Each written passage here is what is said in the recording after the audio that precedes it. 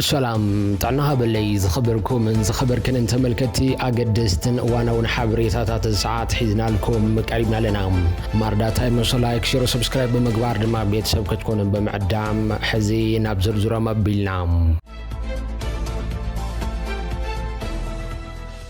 متحبار حزبتات السلام زتسميت وكلت حزبتات تግራይ غربابت حزبتات محران عفارن اغون كالوت اكلات تساتفلو مدرخ بكتما مقلت ساليطوم توكلت حزب تግራይ غربابت حزبتاتن بزعبا اتي اب منغو حزبتات سلاماون حونتاون زمدنا سلام نمفتار زعلم مدرخيو تساليطو زلام ابتي بتبغسو قدوسات وغنات متحبار حزبتات السلام بزبل مري حساب زتخيد مدرخ سلام حزنتن حزبتاتن متنخارن اب منغو حزبتات كفطر صنح زقصل ناي مقرحان مبعثن شرحتات نبمرعن سلاماو ركب زمدناتات نمغلبا زعلم كم زخونه فت مدرخ تغليصلام ابتوم زحلفو كباب شمونت عمتات اب منغو بهر سباتن حزبتاتن ኢትዮጵያ ኮነ ተባሂሉ ቅርሕንተን ኩናትንና ተፈጠረ መጽዩ ታሪኻዊ ማህበራዊ ክብርታት እዞም ህዝብታት ክበጣጠስና ተሰርሐ መጽዩ ድማ ይብልት ሓበሬታም ኣብቲ መድረኽ ተረኺቦም መያት ጽሑፍ ዝኸውን ዝቀረቡ ምሁር ታሪኽ ዝኾኑ ኣይተ ጸጋዛብ ካሳም ህዝብታት ሕብረቶም ንሓድነቶም ንምሕዝነቶም እንተጠናኽሩ ታሪኽ የምሰርሑ ዝበሉቶም ምሁር ዝምድናታትን ሰላማዊ ርክብን ብሄረሰባትን ህዝብታትን ኢትዮጵያ በፍላይ ድማ ጎረባብት ህዝብታት እና በንቦር ክምለስ መስራሕ እዋኑ ዝጠልቦ ናይ ኩሎም ህዝብታት ኢትዮጵያ ሓበራው ዋኒኒ ድማ ኢሎሞሎም ሕዚ አባይታ ዘለው ጸገማት ናይ ኩለን ናይ ሓባር ኮይኑ ይዝበሉ ኣይተ ጸጋዛብ ዘለው ዕድላት በምጥቃም ድማ ሓድነትን ምሕዝነትን ህዝብታት በምጥንኻር ድሊት ሰላም ዘዳለው ወዝ መድረኽ ህዝብ ትግራይ ምስ ጎረባብት ህዝብታት ሰላማዊ ርክብ ክጠናኸር ኩናት ዝፈጠሩ ዕንወት በሰላም ክንረዳ ዝሕግዝ ይውን ኢሎሞሎም ተወካልት መድረኽ ካብ ዝኾኑ ተወከልቲ ክልል ሶማል የሱፍ ኢብራሂም ዝተበግሶ ተጋሩ ተጀሚሩ ዘሎ ምስ ጎረባብት ህዝብታት ምሕዝነት ናይ ምጥንኻር ጉዳይ ጎንጽታት ኣብ ምዕላይ ሰላም ኣብ ምትካልን ከምውን ቀጸልቲ ሽርሕታት ጽላት መብራዕንን ዓቢ ትርጉም ዘሎ ኢሎሞሎም ኣብ ቀረባ ዋና በመንጎ ትግራይን ኤርትራን ብፍላይ ድማ ብዋሰንቲ ከባብታት ብዝካየድ ጽምዶ ተባሂሉ ጽዋዕ ርክብ ስዒቡ ኣብ መንጎ መሪሕነት ትግራይን ፌደራላዊ መንግስትን ምቅራሓን ፈጢሩ ናብ ጎንጽ ከየምርሕ ተሰጊሉ ዘሎ እዋንዩ እዚ መድረኽ ዝካየድ ዘሎም بجت سرحتنيات منجز سجراي كاب منجز فيدرال تراي خطبها الزوز عزل حبريتها مسر زيبولن حزب مدن قارة تبها يستعلم شرح كبل بيرو قدات كوميونيكيشن تجراي فليتهم بيرو قدات كوميونيكيشن تجراي بزرقو حمجلسي بجت سرحتنيات منجز تجراي كاب منجز فيدرال تراي خطبها يلو بمحبرة وميديان استفر لي محبرة ومرة خبتات نزوز عزل حبريتها مسر زيبولن فتم جيجام زي تخكلن حزب مدن قارة زعلم مخاني جليس زلام كاب بيرو فاينانس المتخاب هافتن تجراي سرخب وقعوا حبريتا كم زرقاقصو كساب حزي كاب فيدرالو منجستن محيا زوعل بجت تلاخ خمزي لنز قلت تبيرو از زرقا حزلوني حاسوتن كان علامو منجست تግራይ ምስ ህዝቡን بفላይ ድማ ምስ ሰራሕተኛታት መንግስትን ምጽላን ዘይ ምትእማን ምፍጣርን ዘዓለመ ዘይ ቅበሉን ተግባር ምዃኑ ይግለጽ ዘላም በመሰረት ውዕል ፕሪቶሪያ ከሳብ ሕዚ ከተግባሩ ዝግባኦም ዝነበሩ ዓበይቲ ጉዳያት ማለት ድማ ምኽባር ግዛታዊ ሓድነት ትግራይ መምላስ ተመዘበልት ወገናትን ስርዓት ዳግመ ህንጸትና በክንድ ምስላጥ መንግስት ፌደራል ምስ መድሓን ህይወት በቀጥታ ዝተኣሳሰሩ መሰረታዊ ነገራት ከም በጀት ነዳዲ ሸቀጣትን ካልኦት አድለይቲ ቀረባትን በምዕጋት ኣብ ልዕሊ ህዝብ ትግራይ ዝተለመዱ ዕጽዋታት ንኽቕጽሉ ይስራሕ ከም ዘሎ ቢሮ ከሲሱ ዘላም ህዝብ ትግራይ ሰራሕተኛታት መንግስት ነዚ ሓቂ ተረዲኦም ዝርጋሕ ዘለዎ ጎይ ሓበሬታን ወረን ከይተደናገሩ ኣብ ብሄራዊ አጀንዳኦም ከዓስሉ ይጸውዕ ዘላም ኣጋጢሙ ዘሎ እቲ ዝተሓለኸ ጸገም ብዘላቅነት ክሳብ ዝፍታሕ መንግስት ዝጀመሮ ናይ ዓርሰ ምርኮሳ ስራሕቲ ብዝለዓለ ኩነታት ኣጠናኺሩ ንኽቕጽል ድማ ይጸውዕ ብሙሉእነት የተፈጸመ ዕለ ፕሪቶሪያ ብዝግባእ ንኽፍጸምን መሰለ ህዝብ ትግራይ ንኽኽበርን ግዚያዊ ምሕዳር ትግራይ ዝገብሮ ዘሎ ዘይሕለል ቃል ተጠናኺሩ ከም ዝቕጽል ድማ ይቃላት እዩ ዘላም ኣብ ቀረባ እዋን ውድብ ወለዶ ትግራይ ቤት ምኽረ ፌደሬሽንን ኣብ ግዛት ትግራይ ምስ መረጻ ክልከላ ዝሕለፈ ውሳነ ህጹጽ ግብረ መልሲ ክስ ከም ዘእተወን ነቲ በፌደራላዊ መንግስት ዝተገብረ ክልከላ በጀት መሃያ ሰራሕተኛ መንግስትን ምስ ዝምልከቶም ቤት ዕዮ ፌደራልን ዝናድ ተበግሶ ዝገበረ ዕሸል ውድብ ከም ዝኾነ ተመጉሱ ኣብ ዝነበረሉ እዋን እቲ ናብ ትግራይ ክላኽ ዝነበረ በጀት ጠጠው ኢሉ ዝነበረ ክላኽ ጌረለኹ ክብል መግላጹ ዝከርዮም حبريتنا يقطر الله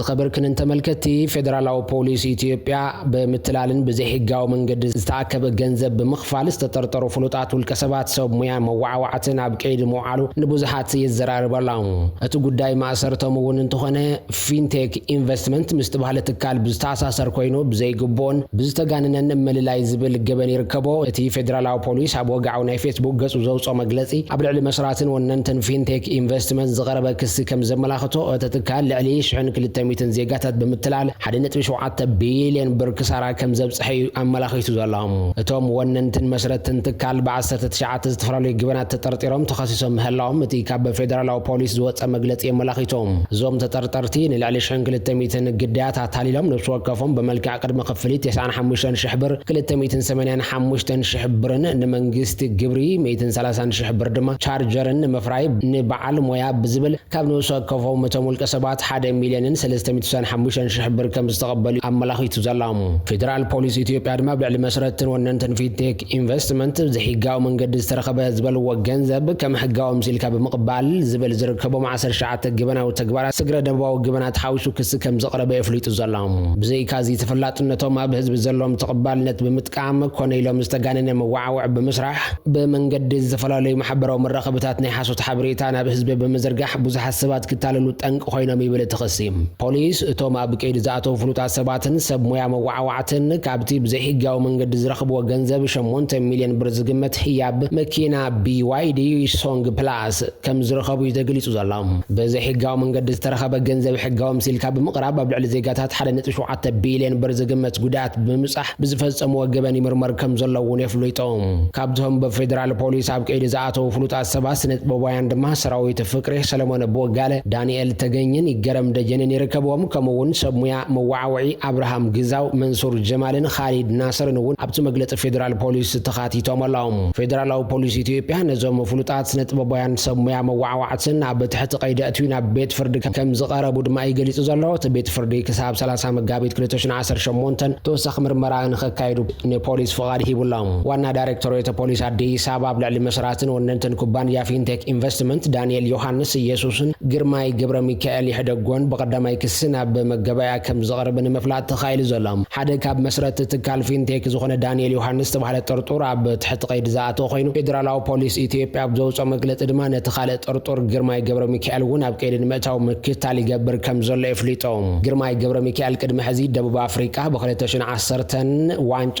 ዓለም ኣብ ዝሰናደአሉ እዋን ኣስካሉ ካን ብዝተባሃለ ትካል ዋንጫ ዓለም ንምዕዛብ ናብ ደቡብ ኣፍሪካ ክትከዱ ኢኹም ብዝብል ካብ ዜጋታት በሚልዮና ዝቁጠር ገንዘብ ታሊሉ ብገበን ተጠርጢሩ ነይሮም ፌደራላዊ ፖሊስ ኢትዮጵያ ምስ ኢንተርፖል በመትሕባር ነቲ ውልቀ ሰብ ኣብ ትሕቲ ቀይዲ ኣትዩ ብሕጊ ክሕተት ገይሩ ከም ዝነበረ ድማ ገሊጾም ፌደራል ፖሊስ ኣብ ዘውፅኦ መግለጺ መሰረቲ ኢንቨስትመንት ፊንቴክ ኤሌክትሪክ መኪና ክገዙ ንዝደልዩ ውልቀ ሰባት 950,000 ብር 50 ሚእታዊት ቅድመ ክፍሊት ብምኽፋል ኣብ ውሽጢ 9 መዓልቲ ወነንቲ መኪና ክኾኑን ቃል ኣትዩ ከም ዘላለ የፍሊጦም ብተወሳኺ ፊንቴክ ነቲ ዝተረፈ 950,000 ብር ንተወሳኺ ንኤሌክትሪክ መኪና ብባንክ ልቓሕ ከዳሉን ኣብ ውሽጢ 5 ዓመት ብዘይወለድ ክኸፍሉ ብዝብል ሓሳብ ዜጋታት ክታለሉ ከም ዝገበረ ፖሊስ ፌደራል ይሓቢሩ ዘላም ኣብቲ እዋን እቶም ጠርጡራት ካብ ጅቡቲ 148 መኻይን ከም ዘእተውን ንውሱናት ውልቀ ሰባት 100 መኻይን ከም ዝዓደሉን ዝግለጽ እቲ መግለጺ ተንስተረፈ 48 መኻይን ብሕቡእ ከም ዝተሸጣውን ይዘመልክት ዘሎም ፖሊስ ወነንቲ እቲ ኩባንያ 350 መኻይን ናብ ሃገር ከም ዝኣተዋ ዝገልጽ ዝኾነ ሓበሬታ ይኹን መርትዖ ከይተገብረለን ካብ ወጻእ ከም ዘእተወም ሲሎም ንህዝቢ ታሊሎም ክብል እዩ ሓቢሩ ዘሎም በተወሳኺ ፖሊስ 400 መኻይን ኣብ ወደብ ጅቡቲ ደው ኢለን ከም ዘሎ ነቶም ግዳያት ናይ ሓሶት ሓበሬታ ከም ዝሃበውን ኣረጋጊጹሎም ፖሊስ ኣብ መስቀል ኣደባባይ ካብ ዝተፈላለዩ ውልቀ ሰባት መኻይን ብምእካብ ንምርኢት ንምቕራብን ህዝቢ ከም ዘጋገዩውን ገሊጾም ኣለው ፖሊስ ምስ ኤሌክትሪክ መኻይን ዘፍሪ BYD ዝተባሃለ ቻይናዊ ኩባንያ ውዕል ከም ዘለዎም ኣምሲሎም ናይ ምትላል ገበን ከም ዝፈጸሙውን እዩ ኣመልኪቶም ምሳና ስለዘለኹም አዚና ንምስግን ዝኸበርኩም ተመልከትና ሚሳይላት ኢራን ኢትዮጵያን ካልኦት ሃገራት አፍሪካን ከሃርሙ ከም ዝኸሉ ኤምባሲ እስራኤል ጠንቂቖም ኣብ አፍሪካ ዝርከባ መደብራት አሜሪካ ድማ ዓላማ ሕነ መፍዳይ ኢራን ከይኾና ተሰጊኡሎም ኣብ አፍሪካ ዝርከባ ወታደራዊ ማዕስከራት አሜሪካ ምስ ኩናት ኢራን ብተኣሳሰር ወጥርና ዓብይ ዝኸደሉ ዘሎ እዋን ዓላማ ሕነ መፍዳይ ከይኾና ሰጊአን ከም ዘሎ አፍሪካን ሪፖርት ዘርጉ ጸብጻቢ ተመልኪቱ ዘሎም ዓብይ ወታደራዊ ማዕስከር አሜሪካ ተንግድ ጅቡቲ ዓላማት ብኢራን መሻር መላእኽታን ጉጅለታትን ክፍጽምዎ ዝኽእሉ መጥቃዕትታት ክትከውን ከም ትኽእል ትፍልፍል ሓቢሩሎም ዋላ እኳ ዶናልድ ትራምፕ ሃገሩ ምስ ኣሜሪካ ብምውዳድ ኣብ ልዕሊ ኢራን ዘየዳግም ስጉምቲ ትወስድ ከም ዘላ እንተገለጸ ኢራን ግን ኣብተን ማዓስከራት ኣሜሪካ ዘእንግዳ ሃገራት ትፍንዎ ዘላ ሕነ ናይ ምፍዳይ ስጉምቲ ይቕጽል ኣሎም ኣብ የመን ዝርከቡ ዕጡቋት ሕቶ እውን ኢራን ብምድጋፍ አንጻር እስራኤል መጥቃዕቲ ጀሚሮም ኣሎም ተንተንቲ ድማ እቲ ኹናት ኪንዮ ጸጥታዊ ሓደጋታት ኣብ ዓለማዊ ንግድን ዕዳጋታት ጸዓትን ከቢድ ቅልውላው በጊስሎም ብፍላይ ከዓ ንሃገራት ኣፍሪካ ኣዝዩ ጸሊዎን ይርከብ ነቲ ቀንዲ መስመር ቀረብ ነዳዲ ዝኾነ መጻብብ ሆርሙዝ ኣብ ሓደጋ እትይዎ ከም ዘሎ እዩ ዝንገረሎ ዋሽንግተን ስጋት ሕነ ምፍዳይ እናሰፍሓ ዝኸደሉ ዘሎ እዋን ወታደራዊ መደበራታ ዲፕሎማስያዊ ተልእኾታትን ዜጋታትን ኣብ ምሕላው ጠመተን እናወሰኸት ትኸይድ ከም ዘላ ጸብጻባት የመላኽቶም ኣብ ኬንያ ዝርከብ ኤምባሲ እስራኤል ድማ ኢራን ዘለዋ ሚሳኤል ንሃገራት ኤውሮጳን ኣፍሪካን ዕላማ ክገብራ ከም ዝኽእለ ጠንቂቑ እዮም እቲ ኤምባሲ ኣብ ናይ ኤክስ ሕሳቦም ዝሕልፎ መልእኽቲ ርሕቐት ሚሳኤላት ኢራን ክሳብ 4000 ኪሎ ሜትር ራድየስ ክጓዓዙ ከም ዝኽእሉን ብምጥቃስ ሕሳቡ ባዕልኹም ስርሕዎ ክብል እዩ እንፊቱ ዘላም በመሰረት እቲ ኤምባሲ ዘቕረቦ ናይ ቁጽሪ ሓሳብ ኢትዮጵያ ወይ ድማ አዲስ አበባ ካብ ቴህራን 3200 ኪሎ ሜትር ርሕቐት ትርከብ ሶማሊያ ወይ ድማ መቃዲሾ ካብ 3700 ክሳብ 3800 ከምኡውን ናይሮቢ ኬንያ ድማ ካብ 4000 ክሳብ 4400 ኪሎ ሜትር ርሕቐት በምህላው ኣብ ትሕቲ ስጋት እቲ መጥቃዕቲ ክትኣቱ ትኽእል ተባሂሉ እዩ ተሰጊኡ ዘሎም ኤምባሲ እስራኤል በመደምደምቱ ኬንያ ሓዊሱ ሓያሉ ሃገራት ኣፍሪካ ኣብ ትሕቲ ራድየስ ሚሳኤል ኢራን ከም ዝርከባ የጠንቂቑ ዘሎም ብተወሳኺ ሰራዊት ምክልኻል እስራኤል ብዓለም ለኸ ዝተኸልከለ ጽዋር ልዕሊ 4000 ኪሎ ሜትር ዝውር ሚሳኤል ኣብ ኢድ ኢራን ከም ዘሎን እዚ ድማ ንኤውሮጳን ኣፍሪካን ዕላማ ክገበር ከም ዝኽእል እዩ ገሊጹ ዘሎም እዚ ምንቅስቓስ እዚ ኣብ ማእኸላይ ምብራቕ ዘሎ ወጥሪ ናብ ኣፍሪቃውን ስጋት ይፈጥር ከም ዘሎ ዘርኢ ዲፕሎማስያዊ መልእኽቲ ተባሂሉ ተወሲዱ ኣሎ ምሳና ስለዘለኹም ኣዚና ነመስግን 22 ስደተኛታት ድማ ኣብ ገማግም ባሕሪ ግሪክ ንሽዱሽተ መዓልታት ኣብታ ናይ ኣውሮጳ ንምእታው ትኸይድ ዝነበረት ጀልባ ንሽዱሽተ መዓልታት ድሕሪ ምጽናሕ ከም ዝሞቱ ሓለዋ ባሕሪ ግሪክ ኣፍሊጦም ሓንቲ ጓል ተንስተይቲ ሓደ ህፃንን ዝርከብዎም 26 ሰባት ካብቲ ሓደጋ ብዓርቢ ብሓለዋ ዶብ ኤውሮጳ ድሒኖም ኣሎም ክልተ ካብኣቶም ኣብ ደሴት ቅሪንጦስ ናብ ዝርከብ ሄራክሊዮን ዝበሃል ሆስፒታል ተወሲዶም እታ ስደተኛታት ዝፀዓነት ጀልባ ብ21 መጋቢት ካብ ምብራቕ ሊብያ ቶምብሩክ ኣብ ዝበሃል ወደብ ከም ዝተበገሰት خنزينا AFP وهاب قال حلوة بحر غريك بمتقاس يحبروا زلام ጠንቂ ሞት ናይቶም 22 ስደተኛታት ሕማቅ ኩነታት ኣየርን ሕጽረት መግብን ማይን ከም ዝነበረ ሓለዋ ባሕሪ ግሪክ ይገልጽ ዘሎም ግሪክ ምስ ጣልያን ብማእኸላይ ባሕሪ ቢላ ብርክት ዝበሉ ስደተኛታት ተቀበልያ መብዛሕትኦም ካብ ጎረቤት ቱርክን ሃገራት ሰሜን ኣፍሪካን ዝሰገርዮም እቲ ካብ ሊብያ ተርከበን ሃገራት ሰሜን ኣፍሪካ ናብ ግሪክን ጣልያንን ንምእታው ዝግበር ጉዕዞ ብርቱዕ ማዕበል ኣብ ዘይህልወሉ ኣብ እዋን ክረምቲ ዝካየድ ሓለዋ ዶብ ግሪክ ኣብቲ ጉዕዞቶም ስደተኛታት ኣንፈቶም ኣጥፍዮም ንሽዱሽተ መዓልታት ብዘይ ማይን መግብን ኣብ ባሕሪ ከም ጸንሑ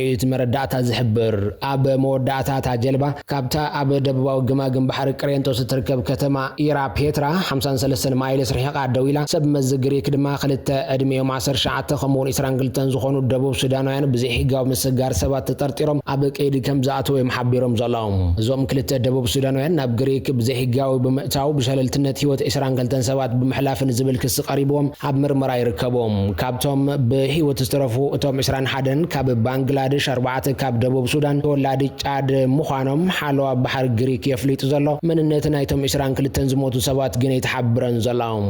ኣብ 2025 ብውሕድ 41,696 ሰባት ብባሕሪ ናብ ግሪክ ከም ዝኣተውን ትካል ስደተኛታት ሕቡራት ሃገራት ተመልኪቶም ኣብዛ ገና 3 ዋርሕ ጥራይ ዝተላዕለ ዓመት 2026 ከዓ ልዕሊ 4,000 ስደተኛታት ናብ ግሪክ ኣትዮም ኣለዉ عطوات عمتي حوت يمن بزحلف قدام ناب إسرائيل متكعت ميسايل بزفرنو لوان تقينات زيادة يسفح كم زملك تصابوت إلهم تبيران كم زرقف زنقرل عطو وجل حوتي بغيح بحر نزحلف مرخب كتك انت جميرو كالي حمام رسي على موعد عقاق خون كم زخل يزقم الزلهم بنتاغون دما عبيران نايسو منات مدراو شرحيتات الشباشب كم زلو غازيتا واشنطن بوست تصابسي بالهم ترامب نتعمام زصدق مخانو نصورة يكونن قندما سراويت إسرائيل وانتخوانه በደቡባዊ ሊባኖስ ሞት ሓደ ወታደሩ አረጋግጥሎ ኣብቲ ከባቢ ናይ መሬት ስርሒታት ወንኸካየዲ ወጥኑ ዘላም እስራኤል በኢራን ቴህራን ማእኸላት ወታደሩ እዝታት ማእኸላት ጸዋር ዕላማ ዝገበረ መጥቃዕቲ ትማል ቀዳም ከም ዝዛዘመት ዘፍለጠት ኮይና ሃገራት ወሽመጥ ዓረብውን በተወሳኺ መጥቃዕቲ ከም ዝተፈጸመ ተሓበረ ኮይነን ኣብ ባሕሬን ክልተ ሰራሕተኛታት በኢራን ብዝተፈጸመ መጥቃዕቲ መጉዳእት በጽሕዎም ኣሎ ተባሂሎም እዚ ከም ዝልን ከሎ ኣብ ኢራን ድማ ሓይሊ ኤሌክትሪክ ተቋሪጡ ከም ዘሎ ይዝሕበር ዘላም ብልዕሊ ትሕተ ቅርጺ ሓይሊ ኤሌክትሪክ ኢራን ብዝተፈጸመ መጥቃዕቲ ሓዊሱ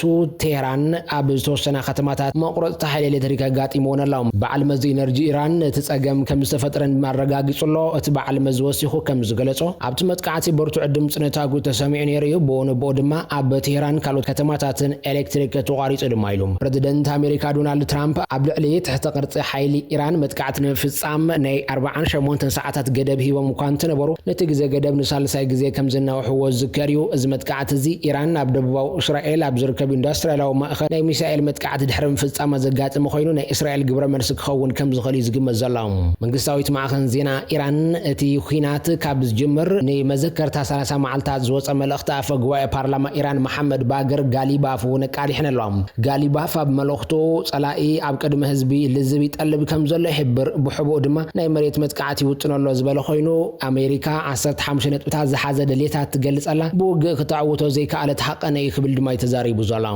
ጋሊባፍ ብተወሳኺ ሓይልታት ኢራን ወተሃደራት ኣሜሪካ ኣብ መሬቱ ከኣቱ ይጽበይለው ኣብ ልዕሊኦም ሓዊ ከዝንብሎም እዮም ክብል ድማ ይተሓንዩ ዘሎ ጋሊባፍ ብዓረብኛ ብዝሕለፎ መልእኽቲ ዓላማ ኢራን ንጹር ምዃኑን ውርደት ከም ዘይተቐበልን ይዛረብ ገለ ዘይተረጋገጹ ጸብጻባት ድማ ጋሊባፍ ከም መሻርክቲ ምምሕዳር ትራምፕ ክኸውን ዝኽእልን ምናልባት እውን መጻኢ መራሒ ኢራን ክኸውን ከም ዝኽእልን እዮም ዝሕብሩ